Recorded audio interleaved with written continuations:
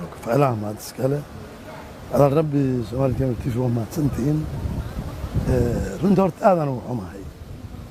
وحماش أسك الصعدة بقولك يا بقول آذان وحماهي اتكستو صومالي وعقل لنا وهي كحماته انت اسكدي لمن كان أهل السنة الشيكتا اللي شيخ شريف دولد شيخ شريف وسيرها اللي قسيه سراكيل الله اللي سيه العيال اللي سيه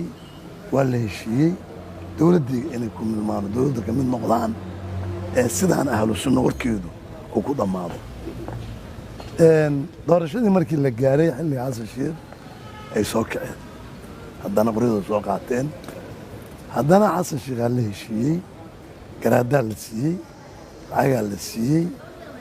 xirada la siiyey waa la heshiiyey haddana hadeer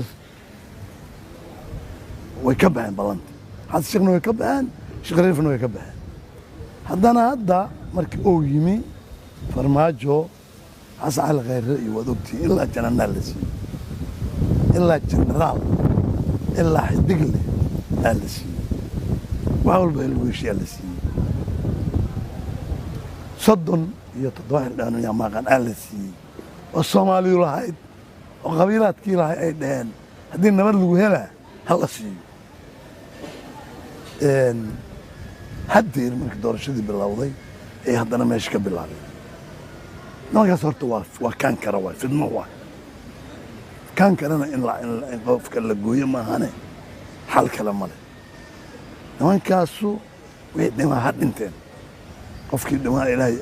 وتكيس جلاد ده ما ناي أما الدولة كلمة دوك وين الناس أو أتكاتون نوعاً كماش كسر أما وين واحد كلمة دوك ليرا ماش كبعانو أيوه أي لو ريجان ماش يعني حال كلا أو ما كلام يجرو wada hadal horaa loogu daalay in lacag la siiyo horaa loogu daalay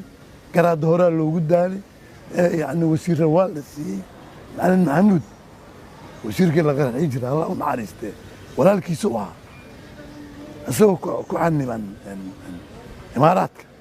oo $180,000 lagu leeyahay ashir shariif ka bixiyey waa keenay wasiirka arrimaha guduhu ka dhigay waa ku faraxsanayn walaalkii markuu dhintay wiilkiisa laga dhigay انت ان ادو جعلها عبد السمد ونن معموله يعني لا حسابك انت وصومر marka dhibaatada gur'aal nimankaas ay aab leedahay waxaana qabaa anigu xal kale inuu si jiro nimankaas ama waa in laga takhaluso ama ayaga looga soo tago meesha wax ka takhaluso laakiin dhibaatada dhacaysa oo dad dhimanaya magaaladii waa laga qaxay maalintii saddex dagaal socda soo kama habooneen in galmudug maadaama ahlu sunna ay deegaankii u dhalatay oo deegaankii tahay oo aan laga suuli karin in laga wada hadlo deegaankii sinada ku jooga sawna ku yiri af saddex jeer baa la wada hadlay saddex xukuumadooda la hadashay iyo saddex madaxweyne oo la heshiiyey oo garaadisiyey oo lacag siiyey oo waad ogtahay hadda xasan khayre iyo heshiisku la galay markii wax walba la siiyey ay dhuusa maray dhahda arteen isbaar dhigteen waad ogtahay ka dhacay هذا السيارة أنا رمناها إيديه إما هذا اللي بالسيارة دي نقب صدا السيارة دي مركي قب صدا حبت كبل لعبين هدنا يعني ما ولا هذا لما كان هذا ولا هذا يعني بس بلوه ولا هذا وإنما كان عيان أو أنا متشرين حتى قلبه يهدي الله سيو كما كان عيان دولة لا يقدر صار إيران يقدر صار ما كان عيان لما كان si walbaa la yeelay waa lala hadlay iskastaan samaynay meeqa baqana dajidin fiiri ilmo gur'aal maxaa yaala yani damiir xumadooda fiiri ilmo iyo naagi dhufayska dhigteen iyo dad masaakiina ay dhufayska dhigteen gurigoodii fiiri damiir xumadooda dad diin loo culumaaho wadaadaaho wax fahmaayo islaana saas ma yeelaan nefa ma yeelaan xataa waxaan yeelin gaalada bilaa diinta ah يا أي ممنوع كتة إنه ينايو دفيس كدكتان ويميالو دفيس كداقتان حتى جالس بلادين تاكل عشوط مركي يعني إن لأنو عم أجدنا ما ملك الجلمدو مدوينه قرقر ولي بس لو دقالة مع صعمة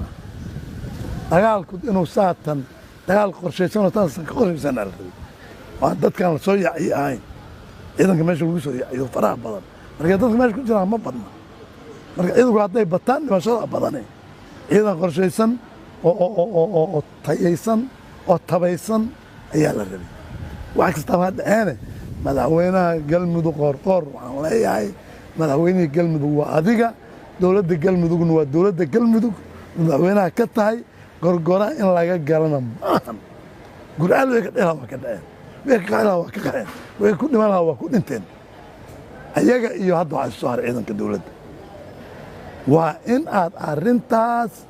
meel xididkeeda soo sibtaan leh dhinaca kale dadku waxay leeyihiin doorashooyinkii oo lagu jiro oo dhuusamareeb iyo gaalkacay la doonayeen doorashooyinka golaha shacabka ka dhacaan haddii galmudug dhinacna ay dagaal ka gasho saameyn ay ku keenaysaa doorashooyinkii marka arrimihii doorashooyinkii iyo dagaalka mis khatarxinaya kuma keeni karto haddii uu daacad ka yahay madaxweynuhu galmudug qoorqoor hadduu daacad ka yahay gacantaana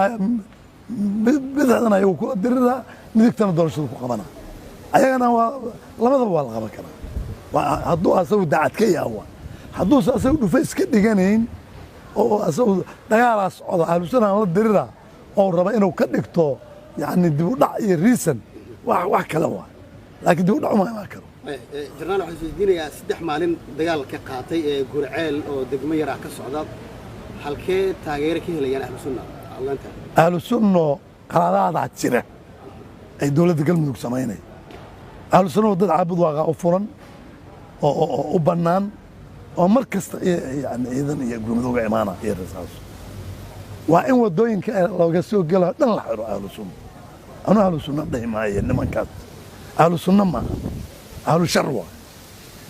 ahlu sunno ma ahlu sunno iyo dad nabigeena sallallahu alayhi wasallam abtirsadaaho ilmaheena dhufays kama dhigtaan guryooda ma dhagalaan gabaad kama dhigtaan ahlu sunno ma ahlu sharwa ahlu diin ma ahlu dalal wa yani ahlu diin ma ahlu dalal wa ahlu baadi wa ma ahlu sunno mas'uuliyadda dhibka ka dhacay gurceel ayaga iskale nimanka ahlu sharta ah ahlu dalaalka ah oo baadida ah oo yani xumeeyey magaca islaamka ahlu sunnada ah yaa ayaa ka mas-uul ah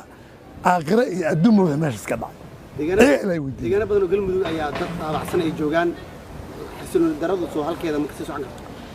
fiiri adeer dowladu waa labo waa inay wax xukunto oy wax maamusho oy si diiniyana wax u maamusho amnigana sugto dadkuna xaqooda siido waa in dowladu midu waa taas waay dowladnimona saas waay dowladdan labaad waa waxaan dhimana noolayn dadkayna dadka ku dirtaa inay meesha ka baxdaana fiican madaxweyne qoorqoor waxaa la rabaa inuu amniga galmudug gorgorowsi ka geliyo hadday kuwaan tahay iyo hadday kuwa kaloo ahlu shartaa tahay labadu waa ahlu share waa inuusan gorgore ka gelin waana ku garab taagannahay waana ku taageersannahay hil iyo hoob fariintaada ugu dambaysa reer galmudug fariinteeda ugu dambaysa reer galmudug waxaan leeyahay reer galmudug dowlad baad leedahay dowlad galmudugaa la yidhaah